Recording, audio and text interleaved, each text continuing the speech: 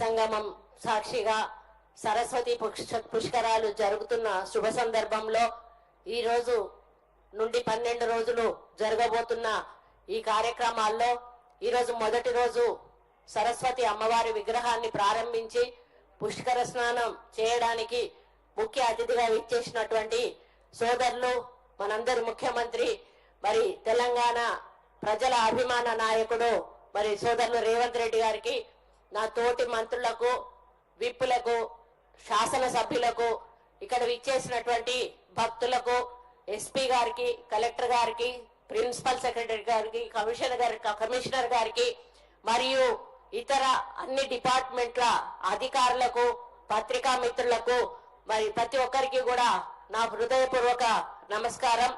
మరి తెలంగాణ వచ్చిన తర్వాత మొదటిసారి జరుగుతున్న పుష్కరాలు ఇవి, సరస్వతి పుష్కరాలు. దీనికి దాదాపు 3 నెలల నుంచి కూడా శ్రీధర్ బాబు గారు వారి నియోజకవర్గంలో ఉంది.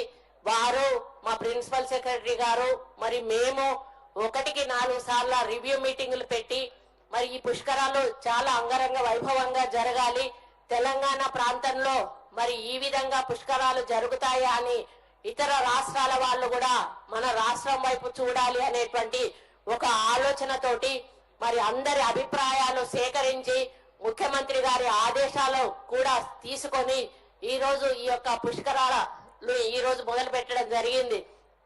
మరి ఇక్కడ ఈ ప్రాంతం అంతా చూసినప్పుడు ఒక పండగ వాతావరణం ఉంది.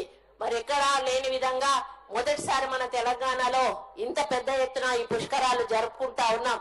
మరి గతంలో మనకు హారతి కార్యక్రమం లేకుండే, దాన్ని కూడా ప్రత్యేకంగా కాశీ నుండి వాళ్ళని పిలిపించి ఈడ గోదావరి హారతి ఇవ్వాలని ఒక ఆలోచనతోటి వారిని కూడా పిలిపించడం జరిగింది.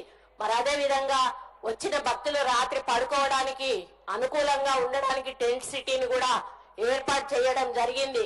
అంతేకాకుండా భక్తులకు మరి కొంతమందికి నైట్ పడుకోవడానికి ఇబ్బంది అవుతుందని వాళ్ళకి పెద్ద పెద్ద డామెటరీస్ 200 పడకలు ఉండేటట్టుగా ఏర్పాటు చేయడం జరిగింది.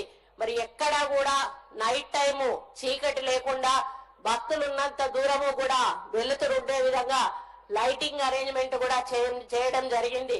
టాయిలెట్స్ అరేంజ్మెంట్ అయితేనేమి, మరి బట్టలు మార్చుకోవడానికి కావాల్సిన అరేంజ్మెంట్స్ అయితేనేమి, అదే విధంగా చిన్నపిల్లలకు ఇబ్బందులు వస్తే ఏం చేయాలి, మెడికల్ క్యాంప్స్ కూడా మేము పెట్టాము.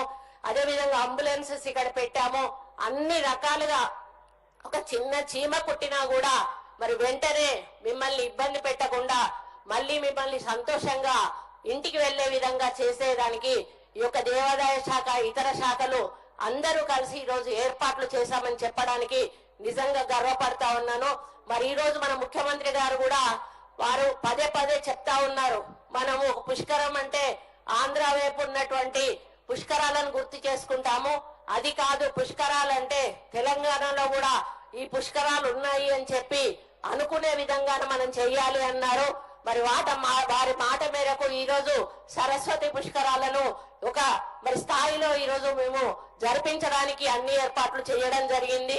అదే విధంగా అన్న ఆదేశాల మేరకు రాబోయే గోదావరి పుష్కరాలు గాని, కృష్ణా పుష్కరాలు గాని, సమ్మక్క సారలక్క యొక్క మరి వారి యొక్క కార్యక్రమాలు గాని తప్పకుండా పెద్ద ఎత్తున చేపడతామని ఈ సందర్భంగా తెలియజేస్తా ఉన్నాను.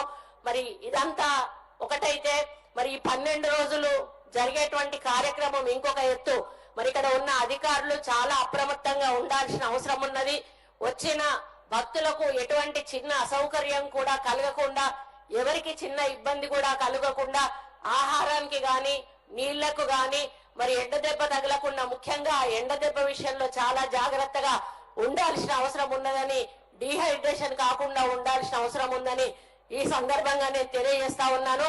అదేవిధంగా భక్తులకు విజ్ఞప్తి, ఈ రోజు మీరు పుష్కర స్నానం చేసిన తర్వాత దయచేసి అందులో మీరు ప్లాస్టిక్ అవి ఇవి వదిలిపెడతా ఉంటారు, అవి దయచేసి వదిలిపెట్టొద్దు.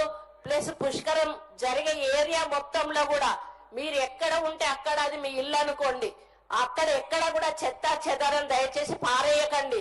ఇప్పుడు ఈ రోజు ఎంత నీట్ గా ఉందో చివరి రోజు వరకు కూడా ఇదే నీట్నెస్ ఉన్నప్పుడే మీరు ఆరోగ్యంగా ఉంటారు, పుష్కరానికి వచ్చే వాళ్ళ ఆరోగ్యాలు కూడా బాగుంటాయి. కాబట్టి మరి ఎవరైతే మనది అనుకొని చేసినప్పుడు అది బాగా చేసుకుంటాము. ఇది మన పుష్కరము అని చెప్పి భక్తులందరూ అనుకొని ముందుకు వెళ్ళాలని కోరుకుంటూ అధికారులకు కూడా విజ్ఞప్తి చేస్తా ఉన్నాను. మీరు ఇప్పటి వరకు చేసింది ఒక ఎత్తు అయితే ఇంకా 99% ముందట ఉంది మీకు. ఆ 99% ఫుల్ఫిల్ అవ్వాలంటే మీరు రెప్పపాటి కాలంలో ఏ చిన్న ప్రమాదం కూడా జరగకుండా కనిపెట్టుకుని ఉండాల్సిన అవసరం ఉన్నది.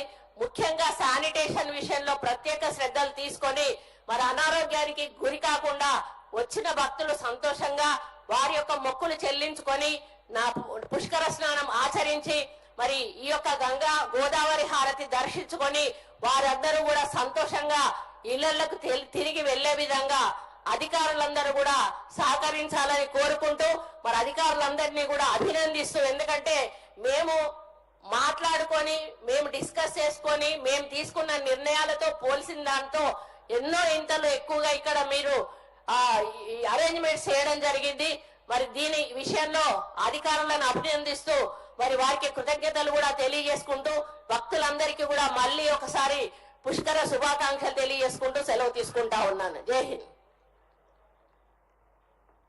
గౌరవనీయులు కొండ సురేఖ అమ్మగారు దేవాదాయ శాఖ మార్చులుగా సందేశాన్ని ఆరంభించి పర్యావరణ శాఖ మార్చులుగా పర్యావరణ స్పృహను కూడా గురి చేశారు. అందుకు ధన్యవాదాలమ్మా.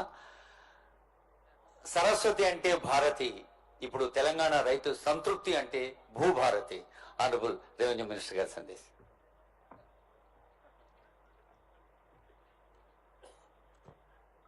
సభకు నమస్కారం.